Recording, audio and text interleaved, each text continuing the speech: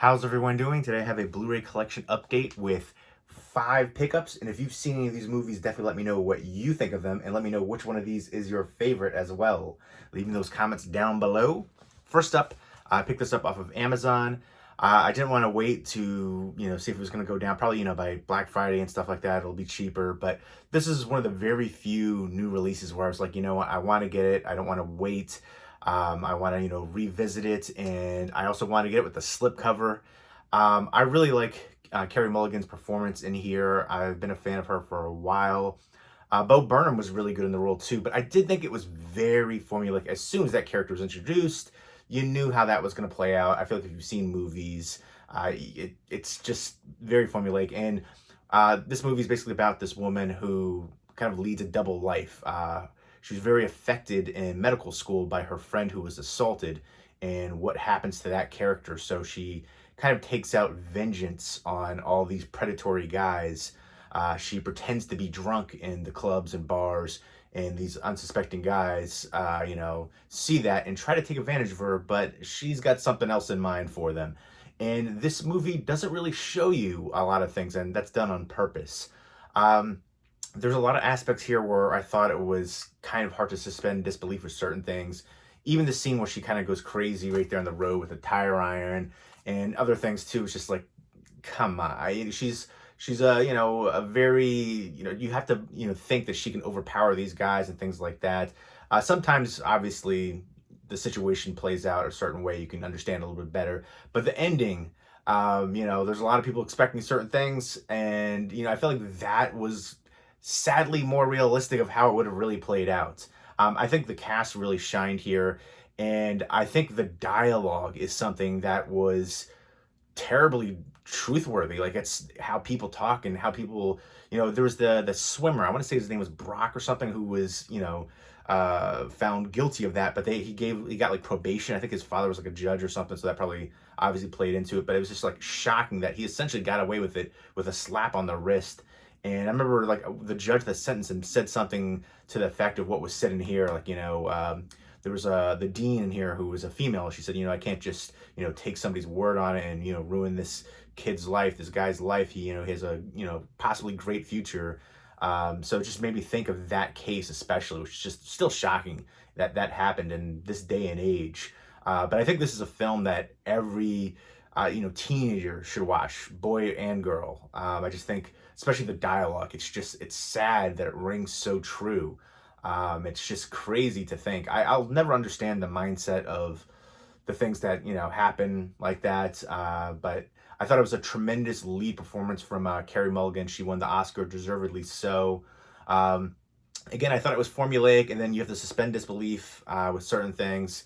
But I think, again, the way that it was written, the way the dialogue is, it rings so true, painfully true, that I just think it's such an important film that people should check out. And really great performances across the board, again, especially from Carey Mulligan, the lead right here. This is from Universal. And you got some special features right there. And I try to do a lot of like, sale shopping, stuff like that. I wait for Black Friday. I wait for, different studios having their sales. Criterion right now is having their 30% off sale right now. I usually try to wait. I'm still going to wait for the next 50% off for them. But, Arrow Video, Kino, all the different ones, Vinegar Syndrome, the halfway to Black Friday, their Black Friday one. But, usually have to wait a few months to get their orders. But yeah, all the different companies that have sales, I try to wait for them. And then, Black Friday especially. So I do a lot of purchasing then. So I don't get a lot of, new release titles when they come out. Thankfully, making videos on here, I've had some great opportunities to get review copies, including some review copies, which I'll show you in a moment. The Marksman. And because I've had this opportunity, I will be doing a giveaway for 3 Blu-ray copies for The Marksman. I'll be doing this giveaway coming up in the next few days, maybe by the weekend. I actually really enjoyed this one. I'm going into it, I was hesitant because I had seen a few other recent Liam Neeson action movies, and I wasn't a big fan. I feel like ever since, Taken, he's just done so many of, the similar kind of, where he's the tough guy and he has to get revenge, a lot of these action movies, and it just felt like they were so derivative. They didn't really stand out. This one I actually really enjoyed, And while watching this movie, I kind of like had a feeling like, I could picture like Clint Eastwood doing this same role. But basically, he lives on this border area from Mexico, and this woman and the young child right here, they're being chased by the cartel, so they cross over into his land, and he's there, he confronts the cartel, and he shoots this guy right here, who's very menacing looking. He shoots his brother, trying to save them, and the mother gets killed, so he promises the mother to take the little kid to Chicago. I want to say they're in Arizona, but yeah, so Miguel, the little kid, he's very hesitant to go with him too. And then, he initially hands them over to the government and then finds that the cartel is going to take him right away. So he takes the kid from the government, and they're essentially being chased by the cartel through all different states. And obviously, you see some things that's very formulaic, but I really love the way that this one plays out. And the Bond felt authentic. You see Liam Neeson and the kid Miguel, their bonds, and that was one of the things I really liked. I think they had good cast chemistry, and I think this one was one of the ones where he really shined in this role. I feel like I've seen other movies like this, but I think this one was a really good one. If you're a Liam Neeson fan, if you're an action fan, I would definitely recommend checking this one out. But this one also plays up the dramatics a bit. There's some shootout scenes, there's some fight scenes and stuff like that. There's a lot of, that element of chase and, suspense throughout. And there is one scene, I knew it was going to happen, and I hate it. I hate just to, I don't want to be one of those people who said there's a trigger warning.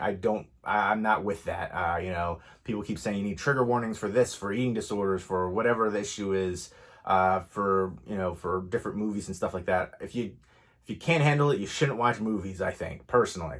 Read a synopsis, usually that'll give you an idea. But there's one thing that always bothers me with movies when an animal, like a dog especially, is, killed in a movie. And spoiler alert, but I feel like you see that going in so right away, because he has a dog that he brings with him everywhere. He's being chased by the cartel who are shooting at him. It's kind of a given, unfortunately, but yeah, like I see all these movies and people get shot and killed. I'm just like, they were asking for it now. But when a dog, it's just, I don't know, it just hits me. And I just think of like I Am Legend, that scene where he's holding the dog, always gets me. But I really enjoyed this one a lot more than I was expecting to. Again, I was going in with lower expectations because I'd seen so many recent action movies from Liam Neeson that were kind of underwhelming, didn't stand out. But this one had a lot of heart, and I really like the cast chemistry between the two leads, the little kid right there and Liam Neeson. Let me know what your favorite Liam Neeson movie is, and let me know what your favorite modern action movie too. I think A Walk Among the Tombstones is a really underrated Liam Neeson movie, and The Grey is probably my favorite Liam Neeson movie. The Dark Man too, I remember watching that forever ago. He's been around for a long time, but those are a few of my favorites. Definitely check out The Grey, which some people call a horror movie, which blows my mind. I don't think that's a horror movie at all. I think it's a survival thriller. Snowy setting, I love that one. They're being chased by wolves and plane crashes. But A Walk Among the Tombstones is another one that I feel like is underrated. He came with just so many movies that I feel like it just kind of got lost in the shuffle. So many ones that were so derivative that didn't stand out. And I don't want to, call him out, maybe some paycheck movies, but I do like him a lot. I think he has great screen presence, and he's good in a lot of these roles. Unfortunately, not all of them are standout performances, but this one I actually really enjoyed the heck out of. So I'm actually happy that I have the opportunity to do a giveaway for 3 Blu-ray copies. So again, look out for that giveaway coming up soon, probably by this weekend. And this is through Universal. I'm partnering with them. Next up, another Universal release. This is DreamWorks right here. This is Shrek. And this is the 20th anniversary edition, the 4K Ultra HD. Over 4 hours of bonus features right here. A bunch of shorts. There's 5 episodes from the Adventures of Puss in Boots TV series, which I didn't even know was a thing. But I remember always loving like the voice cast in here. Michael Myers, Cameron Diaz, Eddie Murphy, John Lithgow. This really stood out for me. And I do like a lot of these shorts as well. So I thought that was a lot of fun that they included that on here. A bunch of bonus features, which I think is awesome. I remember I was working at Sam Goody when this came out to physical media, and I was a manager trainee, assistant manager, and that was a wild job to have too. I worked right in a college town, and it's also like a college town / urban town or urban city area. And it was like the Sam Goody was right across from a train station. So a lot of times people would steal something and try to catch the train. I remember when like Rush Hour 2 came out, there was this really large woman who stole it, and my boss, my manager at the time, like had to chase her, and he was like this really short little guy. It was funny. It was somewhat comedic. I always think about that. Like this was back in the the Sony Discman era. To think of those things used to go for like 80, $100. Those things now you can't even give those things away. But this would be the one movie that it was the only movie we ever played, and we just played it constantly. That was it, and I was so tired of this movie after working there. But this is just a classic modern animated movie. Let me know what your favorite modern animated movie is. But I'm definitely excited to check this one out on 4K. And again, 20th anniversary. Where does the time go? But yeah, again, I love the voice casting there. Next up are two Warner Brothers titles, which they sent in for review. First up is Judas and the Black Messiah.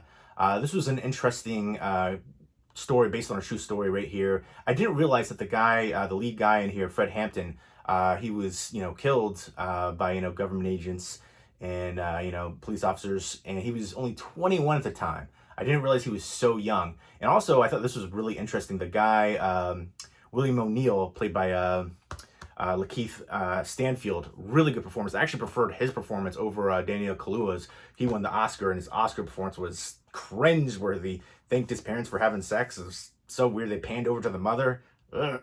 That whole Oscars, yeesh, to me. Most painful, cringeworthy Oscars I've ever seen, in my opinion. But yeah, anyway, Glenn Close doing the booty dance thing, just so much of that. The speeches, just I don't know. That was let me know if I'm the only one that feels that way. I felt like a lot of people were praising it, and I don't know. But anyways, I digress. I really liked Lakeith Stanfield. They both played in Get Out together, but I liked his performance a little bit better actually. But yeah, so he was the guy he was stealing cars, pretending to be an FBI agent, and the FBI picks him up and says, you have to infiltrate the Black Panthers, or you're going to be going to jail for a long time. So he's kind of put between a rock and a hard place. And a lot of people, were talking about, I checked out the special features for this already, and talking about, how he was a piece of crap, and, but he really didn't have too much of a choice. Like, do you want to go to jail for, 6 years, or do you want to maybe play along a little bit? Maybe, I don't know, maybe he could have played things differently, not giving up as much information as he did, apparently, like writing out the blueprints for his apartment, and the Black Panthers headquarters, like all kinds of stuff. And it's one of those things where I feel like there's a lot of misguided hate. I know, especially during this time period, and I think it's, obviously still relevant, with everything going on in the world today. You see all the cases on the news, things like that, but obviously, racial tension, even more so during this time period. This was, I want to say it was set, I think it started the late 60s and early 70s, I want to say, is when it, maybe 1970, something like that. But another thing that was really tragic too, Fred Hampton, he had a kid right after he passed away. I think the kid was born like 25 days later. But again, I want to get back to this. So he basically, ratted the Black Panthers out, gave all the information to the FBI, made, layout plans of his house at the end. And apparently, I didn't realize this watching the movie. There's something that he does at the end, and I feel like if you don't watch the special features, like some people might have missed it. I missed it initially. Little Rel, he has a very small, like one scene appearance in here, and he does something, and then later that comes to fruition. I didn't realize it initially until I watched the special features that he actually went through with that. But he actually ended up committing, suicide after he did this documentary in like 1989, I think it was. So well after this period. And, he appeared there live and talked. And I guess he didn't realize how much information that documentary was going to give out, because right after that aired, he committed suicide. So obviously very affected by that. They're talking about, what would you tell your son about what you did and stuff like that. And so, yeah, it's the tale about the Black Panther Party and Fred Hampton, who was coming to power, and how the government wanted to essentially stop that. J. Edgar Hoover, and actually some really good other performances in here too. Martin Sheen was really good in that role, almost unrecognizable in there. But I like the supporting cast in here a lot. I think everybody did a great job with their roles. And I thought, both Lakeith Stanfield and Daniel Kaluuya were great. But I just like Lakeith Stanfield's performance a little bit more. It was a little bit more nuanced, especially with what he had to go through. Again, I understand the, hatred towards his character or towards him as, you know, a person for what he did. Jesse Plemons was good too in here, but I feel like I don't know. It was a hard position for him to be put in. So, you know, maybe I'm a little bit more understanding, but I definitely saw in the special features he kind of like broke down, you know, afterwards after the filming was done, and you know how much it affected him, you know, being in that role and thinking about how that really played out and how, you know, he's playing this kind of character that is doing these nefarious things and, you know, led to people's, you know, deaths, especially the lead of the Black Panther Party, Fred Hampton. But again, you know, watching this, it's the thing that I think about is just, I know during that time period how even more so how unfairly treated Black people were during that time. But I just think of, like, you know, there was a scene where this guy was, you know, he passed away in the hospital and they were, you know, blaming on police officers. I feel like you don't for sure know the answer there, but one of the guys goes out and starts killing police officers. So I just feel like it's a lot of misguided hate, and I don't know, it just, it bums me out. I don't know, it's just, you watch the news, it's just, I feel like watching from this to now, I feel like we've come a long way, but have we really? You know, I don't know. It's tragic. It's terrible. And again, I thought the special features were really good. If you are, you know, interested in the story, you know, you see a couple scenes on here where they show, I think they show the picture of the real life wife and the real life son, who's like part of the local chapter now. I think it was closed down for a while, but there's something like a similar party that's now there, not to the same level as it was back then, but I know I thought that was kind of interesting, you know, honoring his memory and stuff like that, Fred Hampton. But let's get on to the next one. It is The Little Things, which I feel like I have to defend this movie. I feel like I'm one of the only people that likes this movie. I've heard just hatred towards this movie. I remember this is like one of those big events though, when it came out on HBO Max. Everybody was watching, everybody was talking about it. I love this movie. I love the heck out of this movie. I feel like the biggest issue that people have with this movie is the ending. I feel like everybody's programmed to have this mainstream movie mentality of this, you know, how it's all formulated and, you know, the ending and it's how it's going to be spoon-fed to the audience and, you know, tied up in a neat little bow. They were expecting, I think everybody's expecting how, you know, movie 7 played out. They were expecting the same thing, and it didn't happen that way, and I appreciate the ambiguity of it. It makes audiences actually think cases like that actually happen, where, you know, it's unsolved or people think it's solved and it's not really solved. There's a ton of cases, you know, the Zodiac, you know, there's so many cases out there like that, and I just thought it was tremendous performances, especially from Jared Leto. Rami Malek, I don't believe in lizard people, but if those happen to be a real thing, he's a lizard person for sure. I'm sorry, I should edit that out. It's terrible, but I feel like he's so weird. I don't know, when I watch him in these roles, even Bohemian Rhapsody, I thought it was so over the top. I don't know, I wasn't that big of a fan of that movie as most people seem to be, but I feel like he's just miscast in like everything, except for also was Mr. Robot. I thought he was actually great in that one. But I don't know, in this one I thought he was very miscast, and I don't really like him in pretty much anything except for Mr. Robot. He's just so weird and creepy and cringe. Like the way that he delivers the dialogue, his movements, like I just cannot. I'm not a fan, and I feel like a jerk for saying the lizard people comment. So please, you know, give me, you know, a little bit of discretion with that, forgiveness there. But again, I think the biggest issue that people didn't like about it was the ending and how it plays out. And you know, I feel like you're programmed to have that, you know, mainstream movie mentality where you see how things play out and everything's just so tied up so neatly and perfectly.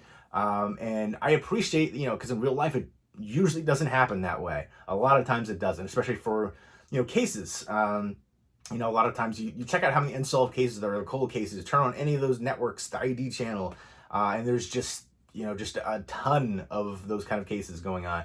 But again, I love the performances. You can just see just in his eyes, Denzel Washington, just, you know, everything that he went through, and this vicious cycle too. Just how brooding it is. I love the score. Jared Leto, again, tremendous in here. But again, I thought Denzel was the driving force as well as Jared Leto. I did not like Rami Malek in here and all, but I love this movie. That, again, set in the 90s too. I really enjoyed that. But yeah, you can just see how that case really affected him, and just, again, that cycle. And I don't know, I loved how it played out. I love, you know, what people hate about this movie is what I love about this movie, I feel like. And I feel like I have to defend it because it's so, in my opinion, well written. And just everything about it, the cinematography, the score, just, it shines, and I love the ending so much. So I don't know. I think maybe the fact that people hate it so much makes me like it even more, just because again, there's some movies like Eden Lake. That was another movie that I feel like people hated the ending. People, I remember doing my review for, and people just were saying how much they were unhappy with how it played out, and I loved that ending. The ending elevated it so much more for me. Eden Lake is one of my all-time favorite movies now. But Kelly Riley, Michael Fassbender in there. Definitely check that one out if you like early like Wes Craven stuff. Yeah, but anyways, I digress. This one has some good bonus features on here as well, and I'm excited to revisit this one. Am I the only one that likes this movie? I feel like I'm always defending it. I remember I had a friend from college, a roommate, back in my fraternity days. We were, talking about it. He was talking about how much he hated it, and, we were going back and forth, and, he was talking about, the ending and how the case plays out. And I was basically saying, I feel like people are just programmed to, expect that same kind of mainstream movie formula for films, especially with the endings and how it's all just tied up so neatly. And even for, actual criminal cases like that, things like that actually play out that way and happen that way. But yeah, I don't know. I really enjoy the heck out of it, and happy to be able to, have that in the collection now and revisit it. And I'll be talking about, the movies that I have seen all in depth a little bit more coming up. And again, look forward to the Marksman. I'm gonna be again doing another like reviews and recommendation video where I go again more in depth, and I'll be doing a giveaway for it coming up, I want to say by the weekend for it. So look out for that, and let me know if you've seen these movies and what you think of them. Let me know what your favorite movie of 2020 was as well. Leave me those comments down below, and I hope everybody's doing well. Take care.